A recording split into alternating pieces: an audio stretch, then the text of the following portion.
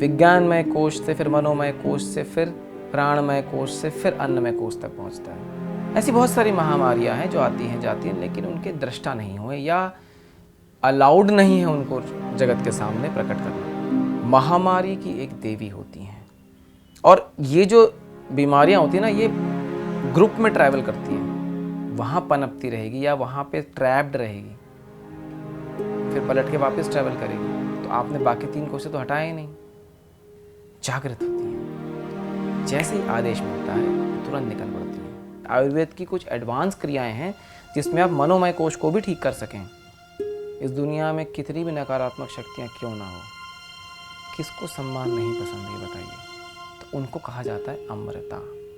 और जो दारुण रात्रि हैं, जो दारुणा है, उनको कहा जाता है और उसका ग्रहण लगा है। ग्रहण कौन लगा रहा है? केतु। केतु किसके साधक हैं?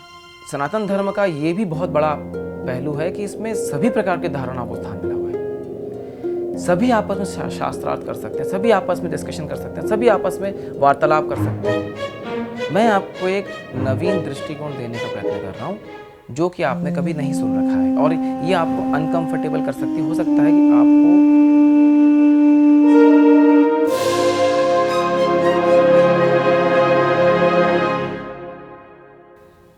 राम राम, नमस्ते।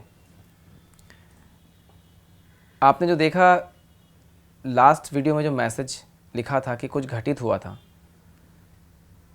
ये क्या घटित हुआ था ये तो मैं आपको नहीं बताऊंगा, पर आपको कुछ इंडिकेशन दूंगा कि मैंने वो वीडियो रिकॉर्ड कब किया था।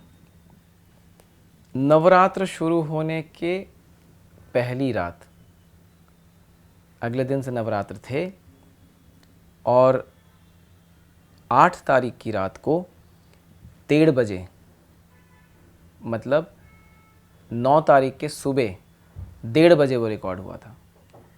समय नहीं था, नवरात्र बहुत ज़्यादा समय कंज्यूम कर लेते हैं, तो एक त्यौहार का समय होता है तो उसमें आदमी इन्वॉल्व हो जाता है, तो समय नहीं था रिकॉर्ड करने का। और मैं रात को 1:30 बजे मुझे समय मिल पाया था, तो मैं रात में वो रिकॉर्ड कर रहा था, और फिर ऐसा कुछ घटित हुआ कि मुझे वो रिकॉर्डिंग बंद करनी पड़ी। पर अब मुद्दे पे आते हैं कि हम क्या बात कर रहे थे। अच्छा, मैं क्या करूँगा, अभी मुझे समय मिला है रिकॉर्ड करने का, तो मैं एक साथ 2-3 वीडियोस रिकॉर्ड कर रहा हूँ, ठीक है? यहीं बैठ के कर रहा हूँ। अब मैंने उसमें क्या बात करी थी कि भाई होलिका दहन की रात्रि। अच्छा, मैं इस वीडियो में 2 चीज़ों पे बात करूँगा। एक तो मैं बात करूँगा, एक काम करते हैं, पहले मैं किसी और टॉपिक पे बात करता हूँ जो कि है महामारी, और फिर मैं आपसे वो जो बात छूट गई थी उस पे बात करूँगा, ठीक है? महामारी के बारे में आप क्या जानते हैं, और महामारी क्या चीज़ होती है? देखिए, आपने शायद शीतला माता का नाम सुना होगा। उनकी पूजा की जाती है, और वो क्यों की जाती है? क्योंकि वो जो चिकनगुनिया या चिकन पॉक्स या स्मॉल पॉक्स जो आता था, वो कहते थे कि शीतला माता के प्रकोप से आया है। यहीं से उस शीतला माता का की उपासना करने का चलन हुआ, ठीक है? ये तो आपको पता है। अब क्या किसी ने शीतला माता के दर्शन किए? कोई दृष्टा हुए उनके, जिन्होंने उन्हें प्रकट किया, स्थापित किया, और फिर उनकी पूजा की गई? ऐसी बहुत सारी महामारियां हैं जो आती हैं जाती हैं, लेकिन उनके दृष्टा नहीं हुए या अलाउड नहीं है उनको जगत के सामने प्रकट करना। महामारी की एक देवी होती हैं, सभी महामारियों की एक देवी होती हैं। अलग अलग देवियों को अलग अलग महामारियां दी जाती हैं, और उनके पास वाइल्ड कार्ड होता है। वो किसी को भी उठा के ले जा सकती हैं, उनका समय आया हो चाहे समय न आया हो। जिसे आप अकाल मृत्यु कहते हैं, वो किसी को भी उठा के ले जा सकती हैं। उनके पास इसका लाइसेंस होता है, फुल परमिशन होती है उनको। और एक बात जान लीजिए, इनसे आप नहीं लड़ सकते। अगर आपको लगता है कि सिर्फ दवाई खाने से आप ठीक हो जाएंगे, तो ऐसा नहीं है। दवाई आपके शरीर पर असर करती है। अब आपको मैं ही समझा दूं कि बीमारियां कैसे काम करती हैं। हमारे 5 शरीर होते हैं, ये तो पता ही होगा आपको। अन्नमय कोश है, प्राणमय कोश है, मनोमय कोश है, विज्ञानमय कोश है, आनंदमय कोश है। आपको हर जगह लिखा हुआ मिलेगा और ये आपको हर जगह आपने सुना भी होगा। तो कोई भी बीमारी जो होती है, कोई भी रोग जो होता है, वो ऐसे ट्रैवल करता है। वो पहले आनंदमय कोश में कभी कुछ नहीं होता, विज्ञानमय कोश से फिर मनोमय कोश से फिर प्राणमय कोश से फिर अन्नमय कोश तक पहुंचता है। तो जैसे कई बार होता है ना कि आपको अभी आभास हो रहा है कि यार मुझे बुखार सा आ सकता है कल तक, और आ जाता है, पर उस समय आपको बुखार नहीं होता, बुखार आने वाला होता है। तो आपका मनोमय कोश अगर बहुत स्ट्रांग है, तो आप मनोमय कोश में जैसे ही उसका हिट हुआ तो आपको समझ में आया कि यार अब तो मुझे होने वाला है। फिर वो वहाँ से प्राणमय कोश पे आएगा, फिर अन्नमय कोश तक आते आते आपको सच में बुखार आएगा और आपका बदन तपने लगेगा। ऐसा सभी बीमारियों के साथ होता है, ठीक है। और ये जो बीमारियां होती हैं ना, ये ग्रुप में ट्रैवल करती हैं। सिर्फ महामारी देवी ऐसी होती हैं जो अकेले आती हैं, पर वो भी ग्रुप इन द सेंस वो अपने साथ जो चीज़ें लेकर आती हैं वो ग्रुप में ट्रैवल करते हैं, ठीक है। वो कभी भी सिंगल नहीं होते हैं। इसलिए हम देखा होगा भाई किसी को जुकाम हुआ तो सबको हुआ, डेंगू हुआ तो पूरे मोहल्ले को हुआ, मतलब सब जगह डेंगू चल रहा है धड़ल्ले से।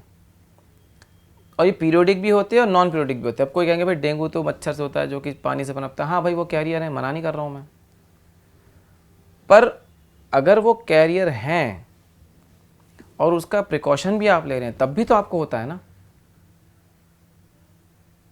तब भी तो आपको होता है।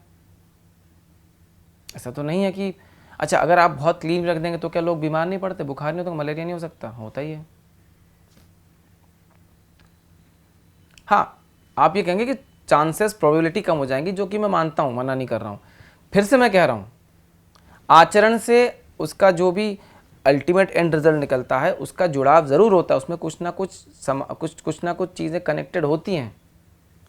पर उसका मतलब ये नहीं है कि आप इस तथ्य को नकार दें कि महामारी देवी या जो रोग के देवता होते हैं वो नहीं होते, वो होते हैं। अब सवाल उठता है कि आप उनको कैसे पहचानेंगे। भाई आप नहीं पहचान सकते, साधना का विषय है, लेकिन आप उनका सम्मान कर सकते हैं। अब भाई कोई बहुत पावरफुल, अच्छा वो नेगेटिव नहीं होते हैं, वो नेगेटिव नहीं होते हैं, वो आते हैं किसी ना किसी कारणवश, वो आते हैं किसी ना किसी उद्देश्य से, इस प्रकृति को सुधारने के उद्देश्य से, इस प्रकृति को ठीक करने के उद्देश्य से, इस प्रकृति के चीज़ें समेटने के उद्देश्य से। सम्मान करिए उसका। मैं नहीं कह रहा कि आप दवाई मत खाइए, आप दवाई खाइए, लेकिन दवाई खाने के साथ साथ सम्मान भी करिए।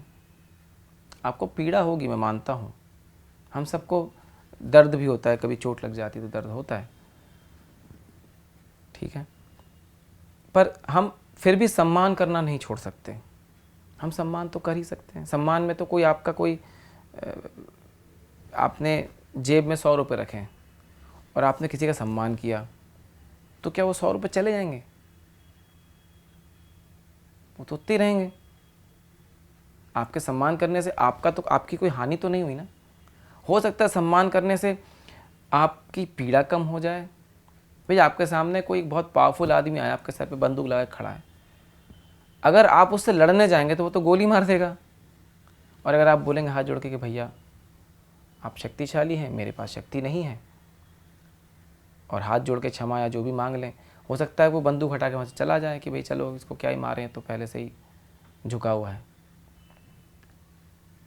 आप मेरी बात समझ रहे हैं?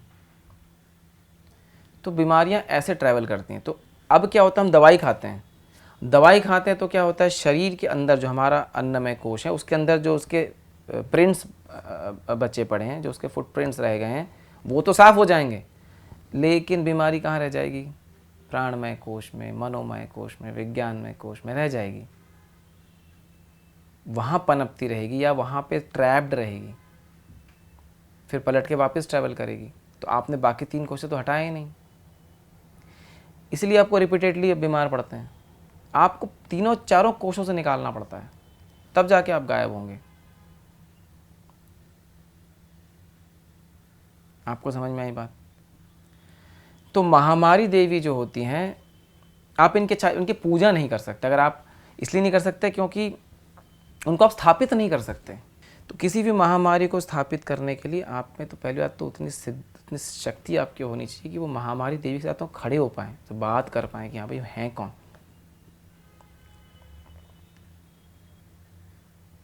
ठीक है, उनके हाथ में भी अस्त्र होते हैं। एक्चुअली जो महामारी देवियाँ होती हैं उनके हाथों में मुख्य अस्त्र नहीं होते, उनके हाथ में आयुध होते हैं। जैसे कि शीतला माँ के हाथ में आपको सूफा मिलेगा, झाड़ू मिलेगी, ठीक है, आयुध होते हैं। मटका मिलेगा, आयुध होते हैं, ये अस्त्र नहीं होते हैं। तो जो महामारी देवियाँ होती हैं ये काल के अनुसार, अच्छा ये एग्जिस्ट करती हैं, ऐसा नहीं कि ये आती हैं, ये हैं, जागृत होती हैं। जैसे ही आदेश मिलता है ये तुरंत निकल पड़ती हैं। सुषुप्त अवस्था में बहुत दिनों से रहती हैं और जैसे ही इनको आज्ञा मिलता है बस साफ करती हुई निकलती चली जाती हैं। सम्मान करिए आप, सम्मान करिए। मैं किसी मेडिकल पद्धति का अपमान नहीं कर रहा हूँ। उन्होंने शरीर पे इतने सालों से रिसर्च किया हुआ है, वो स्थूल शरीर पे बहुत सारी चीज़ें जानते हैं, बहुत सारी चीज़ें नहीं जानते, बहुत सारी क्या अधिकतम चीज़ें नहीं जानते, पर जितनी चीज़ें जानते हैं उनके अनुसार वो जो भी पद्धति से, जो भी क्रिया से उसको ठीक या ख़राब करने का प्रयत्न कर रहे हैं। मैं दोनों बात इसलिए लिखा है क्योंकि वो अनजाने में ख़राब भी होती हैं। ठीक है, आप ठीक करने जा रहे हैं पर एक्चुअली में वो ख़राब हो गई क्योंकि वो दवाई उस चीज़ के लिए बनी, किसी और चीज़ को ख़राब करके निकल गई। तो जाने अनजाने वो जो भी करना चाह रहे हैं, किसी का भला भी हो रहा है, नुकसान भी हो रहा है, मैं उसका सम्मान करता हूँ, उसको अपमान नहीं कर रहा हूँ। पर ये पूर्ण नहीं है, ये बस एक छोटा सा अंश है। इसके अलावा आपके और 3 कोश हैं, उनको भी हटाने का विज्ञान है। आयुर्वेद में 2 विज्ञान, आयुर्वेद में आपके प्राणमय कोश तक हटाने का जिक्र है, मनोमय और विज्ञानमय कोश को हटाने का जिक्र आयुर्वेद में भी नहीं है। लेकिन आयुर्वेद की कुछ एडवांस क्रियाएं हैं जिसमें आप मनोमय कोश को भी ठीक कर सकें। और फिर जब ये तीनों ठीक हो जाते हैं तो फिर आयुर्वेद, योग, उपासना पद्धति, इन सब के मेल के साथ आप अंत में बचे कुचे जो ट्रेसेस होते हैं उसे आप निकाल के बाहर फेंक सकते हैं। वो भी सम्मान के साथ। आप किसी भी चीज़ को अपमान नहीं कर सकते। आपके सामने अगर रावण भी खड़ा है तो राम ने रावण का सम्मान किया था, अपमान नहीं किया था। सम्मान करने के साथ साथ रावण का वध करने के बाद प्रभु श्री राम को दुख भी हुआ था कि उन्होंने एक शिव के महान भक्त का संहार किया। इसका मतलब ये है, और ऐसा नहीं इससे कोई राम ने अगर रावण को सम्मान दिया या उसको लेके बाद में दुखी हुए कि मैंने एक शिव भक्त की समाप्ति या उसको संहार कर दिया, तो उससे राम की मर्यादा या राम का सम्मान कम नहीं होता है, बल्कि वो बढ़ जाता है। तो ऐसी कोई भी नकारात्मक शक्तियाँ, कई बार लोग सोचते हैं कि भाई जो नकारात्मक शक्तियाँ होती हैं उनसे आपको डरना चाहिए। आपकी मर्ज़ी, आप डर भी सकते हैं और आप हाथ जोड़ के सम्मान भी कर सकते हैं। इस दुनिया में कितनी भी नकारात्मक शक्तियाँ क्यों ना हो, किसको सम्मान नहीं पसंद है, ये बताइए? किसको सम्मान नहीं पसंद है? महामारी देवी तो देवी हैं, चलो, जितनी भी नकारात्मक शक्तियाँ, नीच कोटि शक्तियाँ, क्या उनको आप सम्मान करेंगे तो वो क्या आपको नुकसान पहुँचाएंगे? सम्मान करने में, हाथ जोड़ने में क्या बुराई है? क्या आशीर्वाद किसी शेर जो आपको खाने, अगर वो आपको आशीर्वाद देके जाएगा तो क्या बुरा हो जाएगा आपके साथ? जो आपको नुकसान पहुंचाने आ रही हैं, क्या वो आपको आशीर्वाद देके नहीं जा सकती? बिल्कुल जा सकती हैं। आपके आचरण पर है कि आप कितने सम्मान के साथ आप उससे बात कर रहे हैं। आपको नहीं समझ में आ रहा है तो वो अलग बात है, पर अगर अंश मात्र भी समझ में आ रहा है तो आप सम्मान करिए। आप कहीं जाते हैं, आपको नेगेटिव लगता है कि ये तो जगह ठीक नहीं है, तो सम्मान करिए उसका कि भैया ये मेरे लिए नहीं बना है, पर मैं आपका सम्मान करता हूँ, और वहाँ से आप बिल्कुल प्रॉपर तरीके से आप वहाँ से जाइए। चलिए अब हम बात करते हैं वो जो छूट गया था। अब होलिका की रात्रि को क्या कहा जाता है? जैसा मैंने बताया, पहले भी बताया था, दारुण रात्रि कहा जाता है। अच्छा, अब बताइए होलिका की रात्रि को होता क्या है? पूर्णिमा होता है।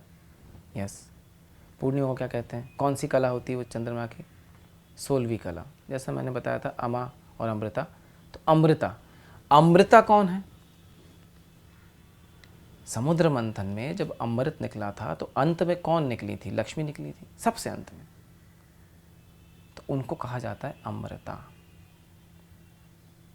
ठीक है, पूर्णिमा के दिन अमृता कला होती है, अमृता लक्ष्मी है। और जो दारुण रात्रि हैं, जो दारुणा है, उनको कहा जाता है अलक्ष्मी। वो ज्येष्ठा है यानी लक्ष्मी की बड़ी बहन, और लक्ष्मी कनिष्ठा है यानी छोटी बहन। ये तो कोई भी बता देगा कि भाई जब कोई फैमिली की ट्री चलती है तो पहले बड़ी बहन आती है, फिर छोटी बहन आती है। तो बिना बड़ी बहन के छोटी बहन नहीं आती है। मतलब पहले बड़ी बहन का प्रादुर्भाव होगा, फिर छोटी बहन का प्रादुर्भाव होगा। ठीक है, दारुण रात्रि जो है वो दारिद्रता की देवी है। इस सृष्टि की जितनी भी दारिद्रताएँ हैं वो उनकी अधिष्ठात्री देवी हैं। उनकी रात्रि है, उनकी रात्रि है ना, सबसे पावरफुल रात्रि है। और अमृता कला में चंद्रमा है, और उसका ग्रहण लगा है। ग्रहण कौन लगा रहा है? केतु। केतु किसके साधक हैं? दारुण रात्रि के केतु मुख्य साधक हैं। तो फिर उनकी पावर ज़्यादा होगी। केतु की पावर दारुण रात्रि में सबसे ज़्यादा होगी। और अमृता 16वीं कला का हरण हो रहा है। अब आप सोचिए इसका क्या इंडिकेशन है। जहाँ जहाँ ये ग्रहण रहा, जिन जिन क्षेत्रों में ग्रहण दिखेगा, या इस ग्रहण का अंश भी दिखेगा, पूर्ण न भी दिखे, थोड़ा भी पार्ट दिखे, उन क्षेत्रों में सबसे पहले चीज़ तो दारिद्रता बढ़ेगी, लक्ष्मी का ह्रास होगा, बुद्धि का ह्रास होगा, वैभवता का ह्रास होगा। मतलब आप देखेंगे बहुत सारी नौकरियां जाएंगी। अमेरिका में दिखा है ये, और भी बहुत से कंट्रीज़ में दिखा है। नौकरियां जाएंगी, ले ऑफ्स होंगे, फाइनेंशियल क्राइसिस होगी, इकोनॉमिक ब्रेकडाउन हो सकता है। मैं इंडिकेशंस बता रहा हूँ।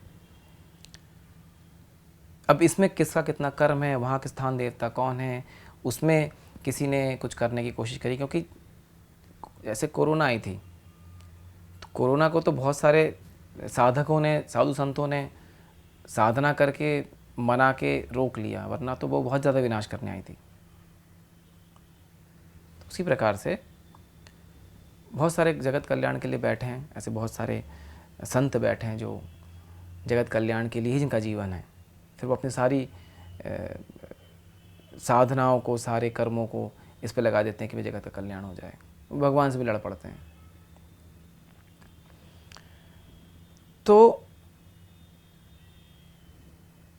ज्योतिष में जो चीज़ बताई जाती है वो एक चार्ट के गणना के अनुसार बताई जाती है। मैंने एक सिंपल एनालिसिस करके बताया, जो कि सिंपल आप शब्दों से, उसके अर्थों से आप समझ सकते हैं। इसमें जो ज्योतिषीय गणना करेंगे तो और भी प्रिसाइजली आपको मिलेगा। मैंने आपको मोटा मोटा बताया।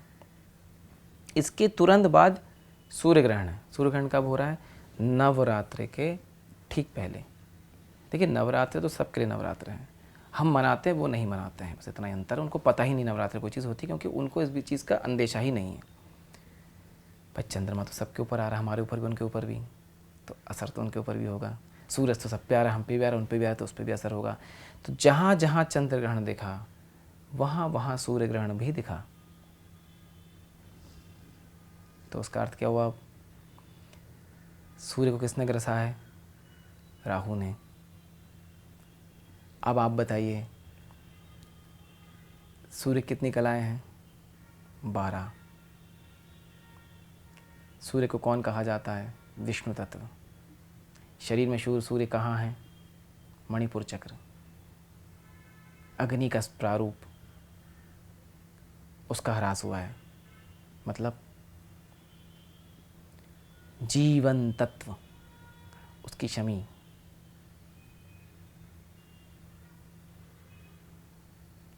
जीवन तत्व का ह्रास होना।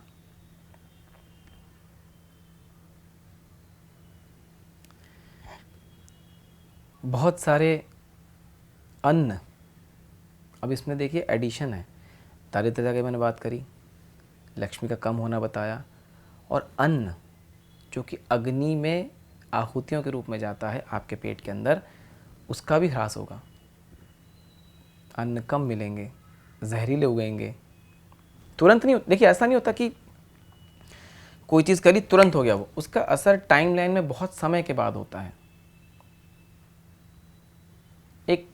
एक अच्छा सा कालखंड निकलता है, फिर उसका धीरे धीरे असर दिखने लगता है।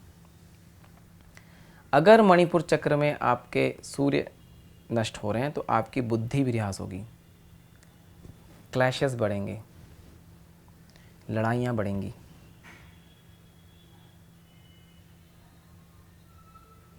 बहुत सारी लड़ाइयाँ होंगी, युद्ध होंगे, इंटरनल कॉन्फ्लिक्ट्स होंगे, एक दूसरे के बीच में 2-3 समुदाय आपस में लड़ेंगे, रैंडम बातों पे लड़ेंगे, बिना किसी लॉजिक के लड़ेंगे, बिना किसी कारण के लड़ेंगे, बिना किसी उद्देश्य के लड़ेंगे, बस लड़ेंगे। तो समुदाय लड़ेंगे, देश लड़ेंगे, युद्ध होगा, और ये धीरे धीरे बढ़ता चला जाएगा।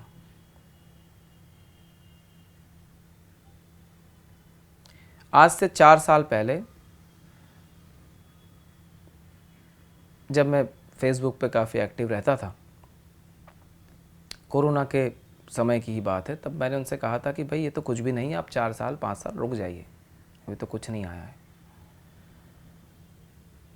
तो अभी भी कहूँगा कि अभी तो कुछ भी नहीं आया है, लेकिन मैंने कहा कि मर्यादा में हूँ, मैं एक समय तक ही, एक सीमा तक ही बोल सकता हूँ, उसके आगे मैं नहीं बोल सकता, या मेरे लिए वो उचित नहीं होगा, या ऐसा समझ लीजिए कि प्रकृति के लिए उचित नहीं होगा। क्योंकि जब आप कोई चीज़ कहते हैं तो अगर वो कोई नेगेटिव चीज़ होती है तो फिर वो बहुत ज़्यादा नेगेटिव हो जाती है, और अगर पॉजिटिव चीज़ होती है तो उसका असर कम होता है, क्योंकि कलयुग है ना। प्लस आप विकृत कर रहे हैं।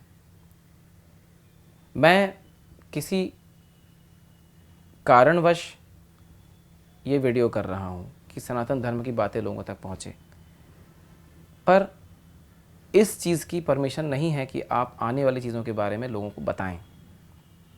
और सच बताऊं तो एग्जैक्ट पिन पॉइंट करके कोई भी नहीं बता सकता ये बात। इस दुनिया में कोई भी इंसान आपको भविष्य के बारे में नहीं बता सकता है, कोई भी नहीं बता सकता। इंडिकेशंस बताए जा सकते हैं, प्रोबेबिलिटीज़ बताई जा सकती हैं, एग्जैक्ट कोई बता नहीं सकता। अगर दैवीय कृपा है और किसी पर्टिकुलर केस में कोई एक चीज़ बतानी है तो वो कोई बहुत महान साधक रहा होगा तो उसने बताया होगा, पर ये संभव नहीं है आम तौर पे। चैनल को लोगों तक पहुंचाइए, चैनल को अधिक से अधिक लोगों तक पहुंचाइए। अगर देखिए, गूगल की अपनी एक मर्यादा है, मैंने आपको पहले भी ये बताने का प्रयत्न किया है कि गूगल की अपनी एक मर्यादा है, वो तभी उस वीडियो को पकड़ता है जब आप बहुत लाइक या बहुत शेयर करते हैं, वरना वो उसे ऊपर नहीं लाएगा। ठीक है। और एक बात और इम्पॉर्टेंट है कि हो सकता है कि आप किसी से असहमत रहें मेरी किसी बात से, तो उसमें कोई दिक्कत नहीं, आप असहमति बता सकते हैं अपनी। अगर आपको कोई बात लगती है और आपको लगता है कि नहीं ये बात से मैं सहमत नहीं हूँ, तो आप वो बताएं, और फिर हम उस पर एक बहुत हेल्दी वार्तालाप डिस्कशन कर सकते हैं। हो सकता है कि मुझे आपसे कुछ सीखने को मिल पाए। ऐसी कोई बात जो आप कहना चाहें, वो मैं उसका भी सम्मान करता हूँ। मैं आपको एक नवीन दृष्टिकोण देने का प्रयत्न कर रहा हूँ जो कि आपने कभी नहीं सुन रखा है, और ये आपको अनकंफर्टेबल कर सकती। हो सकता है कि आपको ये चीज़ पसंद ना आए, क्योंकि अब तक जो आपने धारणा बना रखी है वो उसको नकारती हो। या वो उसके खिलाफ जाती हो। ठीक है, 100 लोग हैं, 100 अलग अलग धारणाएं हो ही सकती हैं, इसमें कोई दो राय नहीं है। पर एक सनातन धर्म का ये भी बहुत बड़ा पहलू है कि इसमें सभी प्रकार की धारणाओं को स्थान मिला हुआ है। सभी आपस में शास्त्रार्थ कर सकते हैं, सभी आपस में डिस्कशन कर सकते हैं, सभी आपस में वार्तालाप कर सकते हैं, विमर्श कर सकते हैं, बातचीत कर सकते हैं, और फिर उसमें से कुछ एक इंटरेस्टिंग सा तथ्य निकाल के बाहर आ सकता है। उसकी गुंजाइश चालू रखें। ठीक है, ये सिर्फ वन वे टॉक के लिए नहीं है, टू वे भी हो सकता है। पर मेरा उद्देश्य एक नवीन दृष्टिकोण देना ही है, एक ऐसे दृष्टिकोण को देना है जो आपने कभी नहीं सुना हो। ठीक है, आप नीचे कमेंट्स में डिस्कशन भी चला सकते हैं। आप 4-5 लोग चाहें तो उस कमेंट में अपना डिस्कशन चला सकते हैं और उससे कुछ अच्छा निकल के भी आएगा। आप मुझे सजेशन दे रहे हैं, मुझसे सवाल कर रहे हैं, वो भी ठीक है। आपस में एक दूसरे के कमेंट पे भी आप जुड़िए, इस प्रकृति में हर एक तत्व से जुड़िए। यही तो सनातन का उद्देश्य है। हम कोई अलग नहीं है, सब एक ही हैं, एक ही हैं, ये ध्यान रखिए। चलिए फिर आज्ञा लेता हूँ। राम राम, नमस्ते।